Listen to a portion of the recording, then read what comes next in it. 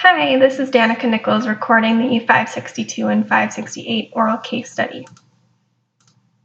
So my patient is a 64-year-old female who presented to the clinic today with complaints of dizziness and shortness of breath for the past 2 weeks.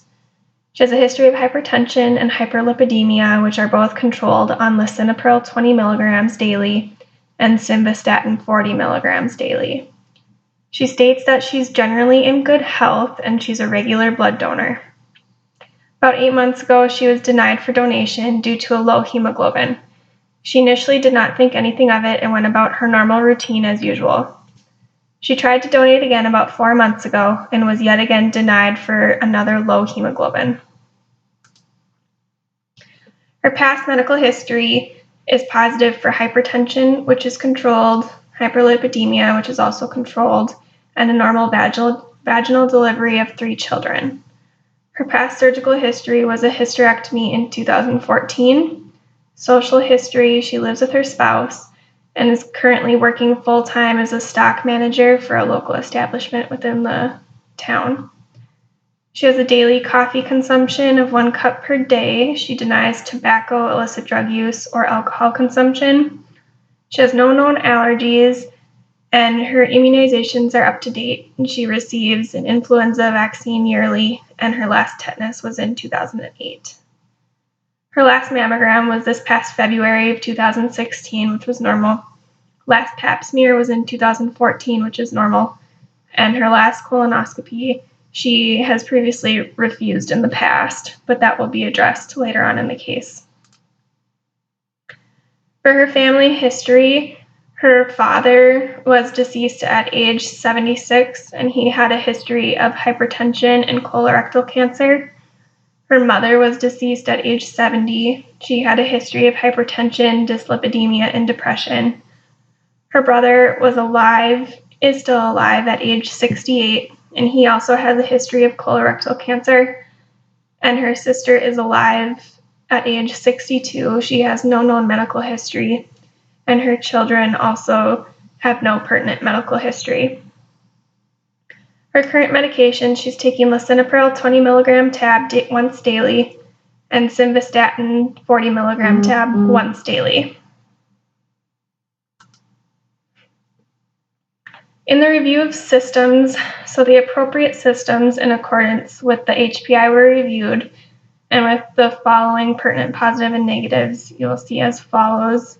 So for constitutional, her recent history of increased fatigue, malaise, and an unintentional weight loss of about 5 pounds, she denies any fever or chills.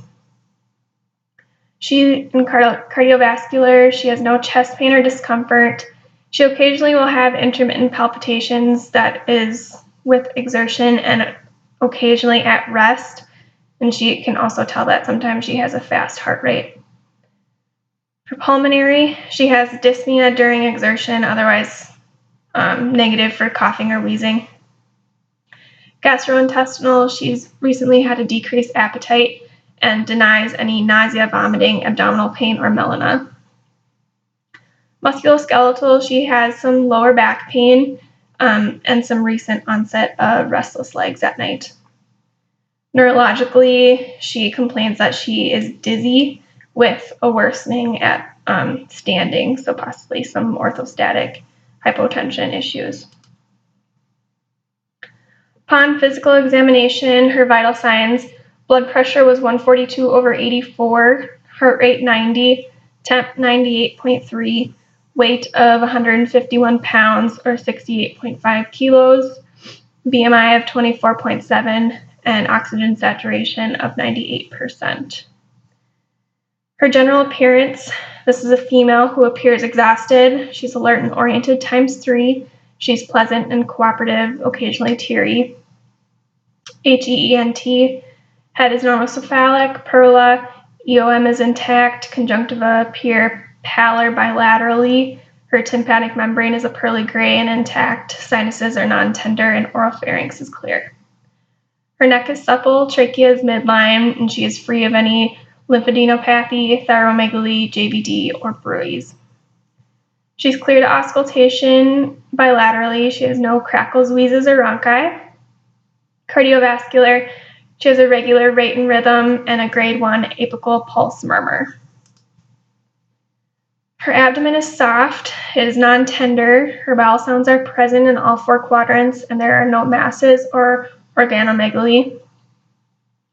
Her extremities are warm to touch, she has no edema, circulation is intact with no clubbing, cyanosis, or edema. Musculoskeletal, she has full range of motion to all joints, no edema, erythema, or asymmetry is noted. Neurologically, her cranial nerves 2 through 12 are grossly intact, gait is well balanced, and she is alert and oriented times 3. Skin, she has a generalized pallor and color, texture and turgor are normal without any current rash. So upon assessment, she has dyspnea, fatigue, and possibly anemia. For our management plan, currently her hypertension is well controlled on the lisinopril 20 milligrams daily with a blood pressure today of 142/84, so I wouldn't necessarily make any changes with those. Labs to get today include a CBC, a CMP, iron studies, and a urinalysis. Also, I would like to get a chest x-ray, which is currently pending, and with that, my rationale would be she's had some shortness of breath and decreased exercise tolerance, so I wanted to see if her chest x-ray showed anything abnormal. Then I'd also like to schedule a colonoscopy, which she is open to. The USPSTF recommends screening for colorectal cancer starting at age 50 years and continuing until age 75 years. That's a grade A evidence, and it has shown to reduce deaths from colorectal cancer. And since she's a little behind on that and showing signs of anemia, I would like her to get a colonoscopy. Also, since her issues have started, I would like to consult hematology. As the third leading cause of iron deficiency anemia is colonic carcinoma, with accounts for 5 to 10% of cases, behind abnormal uterine bleeding and long-term aspirin and NSAID use. So her laboratory results came back that same day. Her urinalysis was normal, her CMP was normal. Iron studies came back with some abnormal values. And iron studies are used to assess patients with suspected iron deficiency or iron overload. So her B12 was high, which could be a frequent finding, and it may be accompanied by other deficiencies. Common differentials to use with a high B12 level include solid neoplasms, hematological malignancies, or liver and kidney disease. So her FE-SAT percent was low, and when the percentage is either less than 17 or higher than 45, it can indicate that there's an iron deficiency or an iron overload, and it looks like hers here was 6, which is significantly low.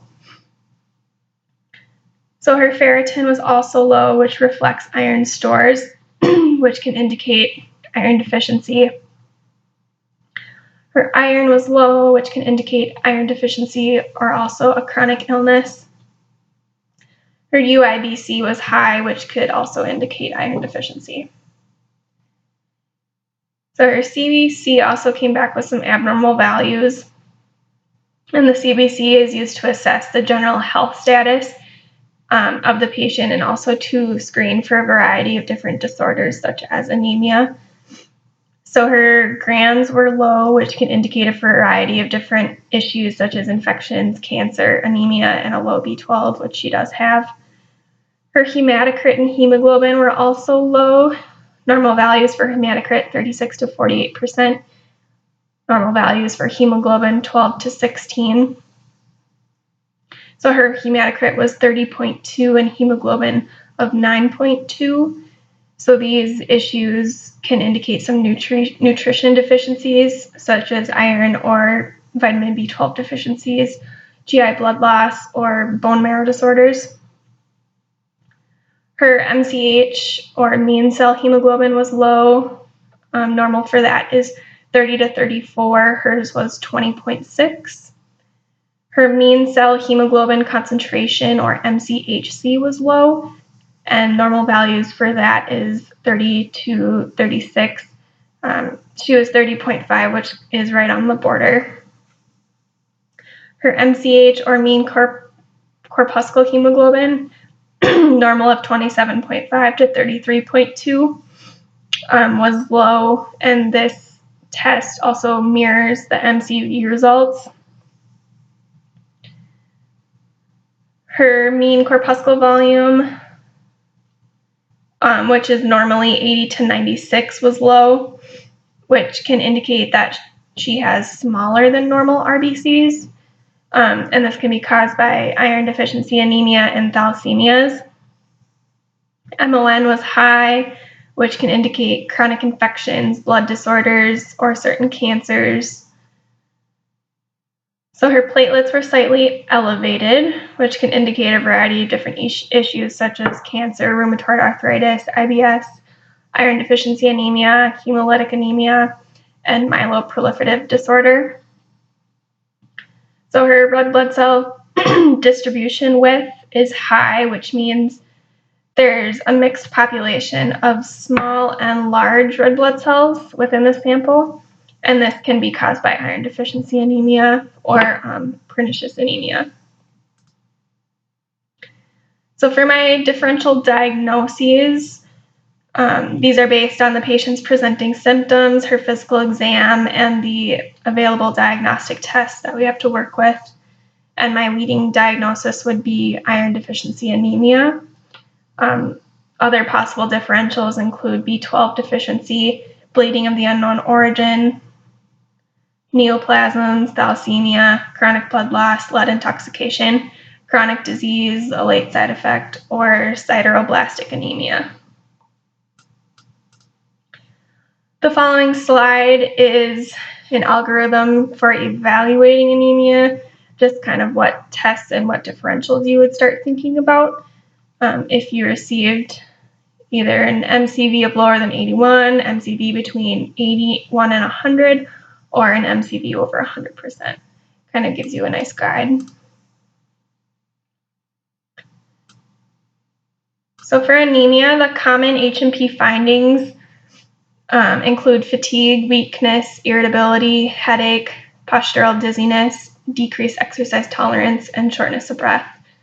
The common physical findings that are pertinent to this particular patient include she has pallor skin and conjunctivae and nail beds, as well as she has that subtle grade 1 murmur. Some risk factors for getting iron deficiency anemia include pregnancy, participating in a vegan diet, celiac disease, NSAID use, H. pylori infection. So anemia is defined as the reduction in the mass of circulating red blood cells, in which this patient has a normal red blood cell count. Anemia also affects the oxygen binding capacity to hemoglobin, which is determined by the hemoglobin oxygen binding curve. In a patient with anemia, the curve shifts to the right, indicating that she has low oxygen affinity. And the decreased hemoglobin and hematocrit would cause the symptoms of fatigue, shortness of breath, and palpitations, which this patient is experiencing. The types of anemias that are related to a reduction in red blood cell production include microcytic, macrocytic, and normocytic. Microcytic anemia is the presence of small red cells, so an MCV of less than 77, and includes iron deficiency anemia and thalassemia. Macrocytic anemia is an increase in the red blood cell size and can be caused by liver diseases, hypothyroidism, acute blood loss, hemolytic anemia, aplastic anemia, and alcoholism. According to Bunn 2016, if the MCV exceeds 105, the patient is likely to be deficient in either B12 or folic acid. And normocytic anemias can be due to intrinsic and extrinsic causes. Although the complications are relatively uncommon, they can include cognitive impairment, impaired muscular performance, high output heart failure, transfusion transmitted infectious diseases, and developmental delays. The most common type of anemia is iron deficiency, which is characterized by a reduction in the number of circulating erythrocytes, resulting in decreased iron storage and commonly caused by inadequate iron consumption, poor absorption, or possible blood loss. So this patient has a low MCV at 67.7, which confirms that she has a microcytic anemia, which either puts us at iron deficiency or thalassemia to work with. So anemias are due to chronic blood loss, which is typical in the GI tract, and this patient denies any melena, but has not had a colonoscopy, which is now ordered. Obscure GI bleeding, or OGIB, is defined as the overt or occult bleeding of unknown origin, and this can be seen with iron deficiency anemia. So in the treatment of iron deficiency anemia affects around 1/3 of the world's population, of which about half of the cases are due to iron deficiency anemia. Once iron deficiency has been identified, the goal is to determine what the underlying etiology is. So the causes can include inadequate iron intake, decreased iron absorption, increased iron demand, and increased iron loss. Treatment for iron deficiency anemia includes iron supplementation of 325 milligrams of elemental iron 3 times daily, or you can also follow the 750 to 1500 milligrams per day, and that's taken out of calculation of 10 to 15 milligrams per kilo per day. So some of the options for iron preparations include the ferrous sulfate, ferrous gluconate, and ferrous fumarate. However, no one compound seems to be better than the others. The ferrous sulfate should be taken between meals. However, side effects such as epigastric discomfort, nausea, diarrhea, and constipation are common, which can make compliance kind of difficult with these patients if they're having these GI upsets. If these side effects occur, the supplement can be taken with meals. However, it decreases the absorption by 40%, which is relatively significant. And once iron supplementation has been initiated, hemoglobin, ferritin, and transferrin saturation should be assessed for 3 months after 3 months of initiation. And if it is noted that treatment is adequate, you can do it every 3 months for a year. So an increase in hemoglobin of 1 gram per deciliter after 1 month of elemental iron therapy shows an adequate response to treatment and would confirm this diagnosis. The intake of iron-rich foods should also be encouraged. Some examples include red meat, iron-fortified breads and cereals, tofu, peas, soybeans, dried fruits, spinach, and prune juice. So if she was not tolerating the oral iron supplementation, you could possibly switch her to parenteral iron therapies. So indications with that would be if she's not tolerating the effects of the oral iron, worsening symptoms of inflammatory bowel disease, unresolved bleeding, and renal failure. It's also important when she's on the oral therapies to encourage her to intake foods that are high in vitamin C, as this allows the body to absorb the iron. So the parenteral iron therapies include iron dextran, sodium ferric gluconate complex, which would be 125 milligrams IV weekly for 8 weeks, iron sucrose at 200 milligrams per dose IV, given over 2 to 5 minutes on 5 different occasions within a 14-day period. Furomaxol, 510 milligrams IV as a single dose. That's also followed by a 510 milligram single dose 3 to 8 days later. Ferric carbomaxyltose, 750 milligrams IV as a single dose, and then that is repeated after 7 days. So due to her chronic history of low hemoglobin and hematocrit, I'd also refer her to hematology for further investigation or recommendations that they may have in managing this patient. In severe cases of iron deficiency anemia, blood transfusions may be indicated in patients with cardiac decompensation and the goal to avoid rapid fluid overload. The recommendations for blood transfusions is a single unit of red blood cells who do not have active bleeding. After each unit, reassessment, including a hemoglobin level, should also be obtained. However, in my reading, I did find that it is a little bit controversial because 1 unit of blood can only raise the hemoglobin by 1 point. So it's a fair chance to start the oral iron therapies before. So in conclusion, we have a patient with iron deficiency anemia who presents with fatigue, pallor, and dyspnea on exertion. Common causes include inadequate dietary intake of iron, GI blood loss, and menstrual bleeding.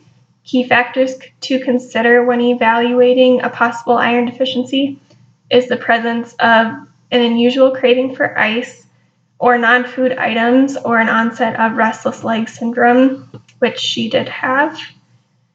So the initial blood test to include when assessing a patient for iron deficiency would be a CBC, which would include hemoglobin, hematocrit, platelet count, MCV, MCH, MCHC, red cell distribution width, a peripheral smear, reticulocyte count, and an iron profile.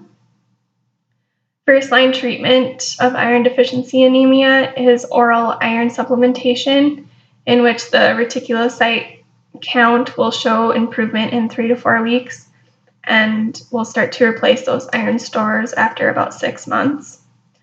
Follow-up should include reassessment of blood counts every 3 months for a year and then yearly thereafter. It's also important to note if she does notice any abnormal bleeding, abnormal shortness of breath, chest pain, or worsening symptoms, she should let us know right away and go to the ER. So those are my references. Thank you for listening.